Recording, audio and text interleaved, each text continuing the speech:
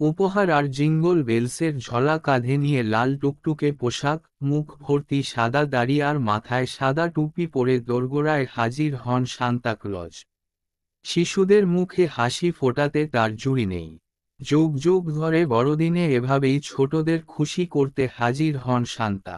সান্তার উপস্থিতি কি আদৌ রয়েছে নাকি সবটা মনগড়া? সান্তা ক্লজ বলে কি কেউ কোনো দিন ছিল?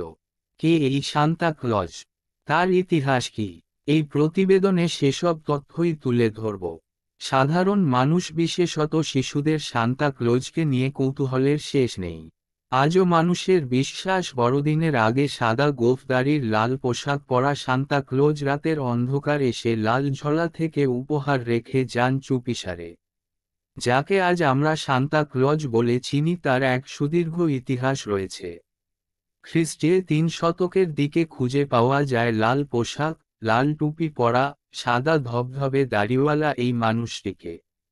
সেন্ট নিকোলাস নামে এক সন্ন্যাসীকে ঘিরে সান্তা ক্লজের কিংবদন্তি শুরু।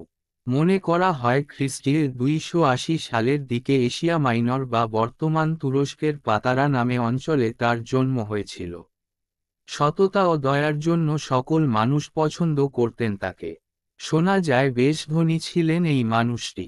সবসময় সাহায্য করতেন গরিব, দুঃখী ও অসহায় মানুষদের।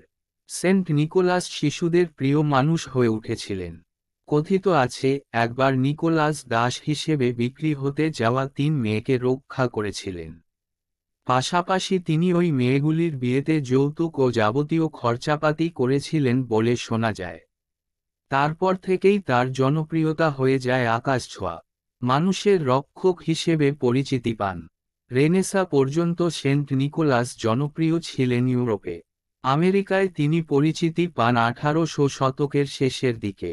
১৭৭৩ ও ১৭৭৪ সালে পরপর দুবার একটি পত্রিকায় সামনে আসে এক ডাচ পরিবারের সেন্ট নিকোলাসের মৃত্যুবার্ষিকী উদযাপনের খবর। সেন্ট নিকোলাসকে সংক্ষিপ্ত রূপ সিন্টার ক্লাস নামে ওই ডাচ পরিবার ডাকতেন। পরবর্তী সময়ে সিন্টার ক্লজ থেকে মূলত সান্তা ক্লজ নামটির জন্ম হয় বলে মনে করা হয়। ১৮২০ সালের দিন থেকে বড়দিন উপলক্ষে বিজ্ঞাপন দিতে দেখা যায় বিভিন্ন দোকানগুলিকে। অনেক সময়ই পত্রিকায় বিশেষ সংখ্যা বের হতো যেগুলিতে প্রায়ই ছাপা হতো সান্তা ক্লজের ছবি। ১৮৪১ সালে ফিলাডেলফিয়ার একটি দোকানে তৈরি করা হয়েছিল একটি সান্তা আকৃতির মানুষ, যা দেখতে ভিড় জমিয়েছিল হাজার হাজার শিশু। ১৮২২ সালে ক্লেমেন্টে ক্লার্ক মুর নামে একজন বড়দিন উপলক্ষে লিখেছিলেন একটি কবিতা। এই কবিতায় যে চিত্র ফুটে উঠেছিল তার সারমর্ম হল লাল পোশাকে সাদা দাড়িওয়ালা এক সন্তানটি হরিণ টানা গাড়িতে উড়ে উড়ে শিশুদের বাড়ি বাড়ি গিয়ে উপহার বিতরণ করছেন। ১৮৮১ সালে থমাস ন্যাস্ট নামক একজন আমেরিকান কার্টুনিস্টের আঁকা ছবি পত্রিকায় প্রকাশিত হলে সান্তা ক্লজের এই সাজ ব্যাপক খ্যাতি পায়। সেখানে সান্তা হরিণটানা গাড়িতে চড়ে কাঁধে উপহার ভর্তি ঝোলা নিয়ে বাড়ি বাড়ি গিয়ে বাচ্চাদের উপহার দেওয়ার চিত্র ফুটে ওঠে। এই ছবিটি গোটা বিশ্বে বেশ জনপ্রিয়তা পায়। এরপর থেকেই গোটা বিশ্বে সান্তা ক্লজের জনপ্রিয়তা ছড়িয়ে পড়ে। সান্তা ক্লজকে নিয়ে এমনই সব ভিন্ন ভিন্ন গল্প কথিত। ইউরোপ, আমেরিকা, অস্ট্রেলিয়া সহ বিশ্বের বিভিন্ন প্রান্তের সান্তার জন্য খাবার সাজিয়ে অপেক্ষা করে থাকে।